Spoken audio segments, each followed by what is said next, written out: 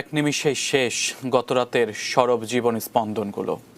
আচমকা ধাক্কায় স্বজন হারিয়ে কান্নায় হতবিহ্বল স্বজনরা। ঢাকা মেডিকেলে মর্গে পোড়া লাশের গন্ধ আর কান্না একাকার।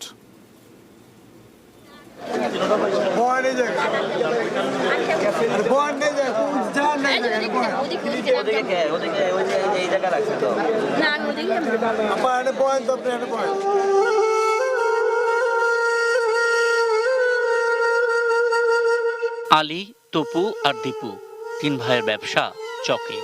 দোকান বন্ধ করে যাওয়ার সময় হঠাৎ জ্বলল সেই আগুন।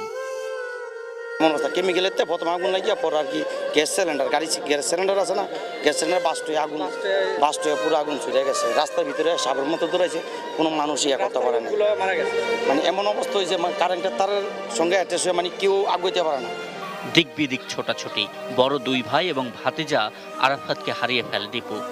তারপর খুঁজতে খুঁজতে এসে পৌঁছায় ঢাকা মেডিকেলের মর্গে। সকালে আয়া দেখি আমার ভাই এইখানে ঘুরে লিছে, কেউ বিদায় না। আমি দেখি এটা তো আমার ভাই লাগে। আমি তো এটার লোকে কোনো বাচ্চা আইছে, ওই যে বাচ্চা একটা ভাই আর একটা ভাইয়ের উপর এইভাবে হাত দিয়ে রাখছে।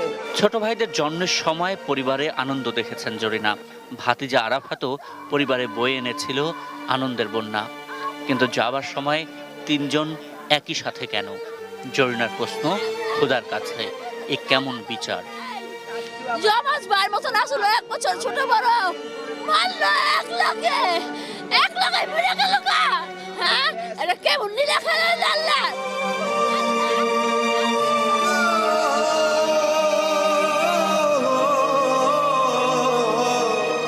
কাউসারের পরিবারের কান্না ব্যথিত করছিল আশেপাশের সবাইকে। ঢাকা বিশ্ববিদ্যালয় থেকে বিবিএ শেষ করার পথে এই তরুণ ছিলেন পরিবারের স্বপ্নিক আলো।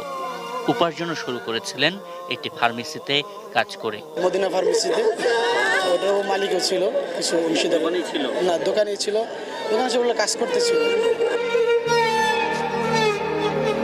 অভির ভালো নাম কাজী ইনামুল হক। এমবিএ শেষ করে কেবল চাকরিতে যোগ দিয়ে জীবনের নতুন মোড় শুরু করবেন, সেই অভি নেই। বিশ্বাস করতেও কষ্ট হচ্ছে স্বজনদের। আর এক ভাই আছে আমার সাথে, তো এর কাছে থাকতো, ওইখানে থাকিয়া জায়গায় জায়গায় অনেক জায়গায় ইন্টারভিউ জানে কি কইতো, ওখানে যেত।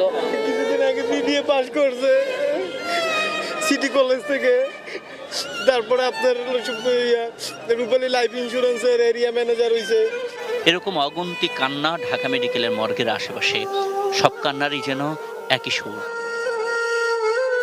যে ছিল গত রাতেই, সে আজ মর্গে শুয়ে আছে নিথর। কেউ বা এখনো খুঁজছেন পরিচিত জনদের মৃতদেহ। এই আমার লগে লাশ কথা কালকা 4টা 4:30টার দিকে না, এখনো ডেড বডি পাইতেছি না, এখন খবরে শুনতেছি। আশিকুর রহমান অপু, এটি নিউজ, ঢাকা।